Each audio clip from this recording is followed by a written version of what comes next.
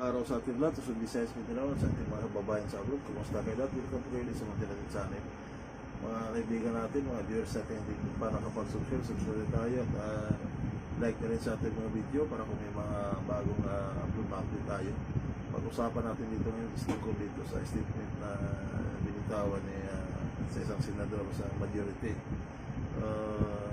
Siguro napanood siguro sa internet rin ito na kung sino raw ang bumaliktad sa hanay nila is mas masaol pa kay Judas. So sa atin naman dito is tama din naman yun ang binitawan sa isang senador na ito dahil nga buhay ang kinaya ni Senator Bato dito.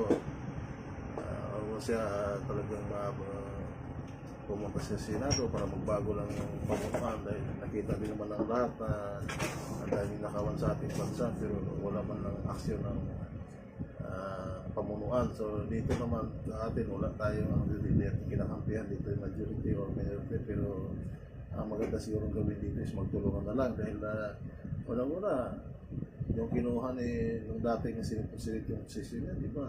Pinadita rin siya. So sabi nga, kung ayaw mo na gawin sa'yo, huwag mo rin gawin sa kapwa mo. So yung ginawa niya, yun yung nangyayari ngayon. Yung ganun naman sa atin dito is magtulungan na lang sana.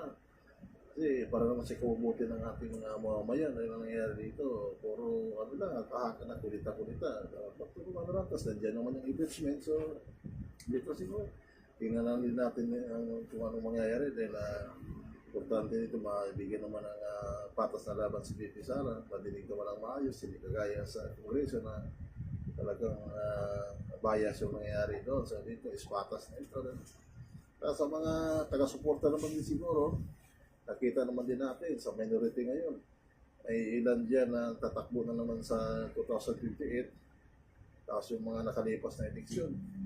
Ano pa ito, tinutulungan po ito ni BP Sara para manalo, pero ngayon yung makita natin, nasa minority. So, tandaan na rin niya siguro yung mga pangalan. Yan ang panahon na makabawi man din ng taga-suporta ni BP Sara. Kasi nga, pangit naman din ng panahon ng eleksyon.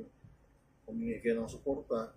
Pagdating naman ng nangangailangan naman ng tulong si BP Sara, nandoon naman kayo sa kabila. Pero po na naman din niya yan. Pero, siyempre, bilang mamamayan, tinitingnan naman din yung tao kung sinong tapat.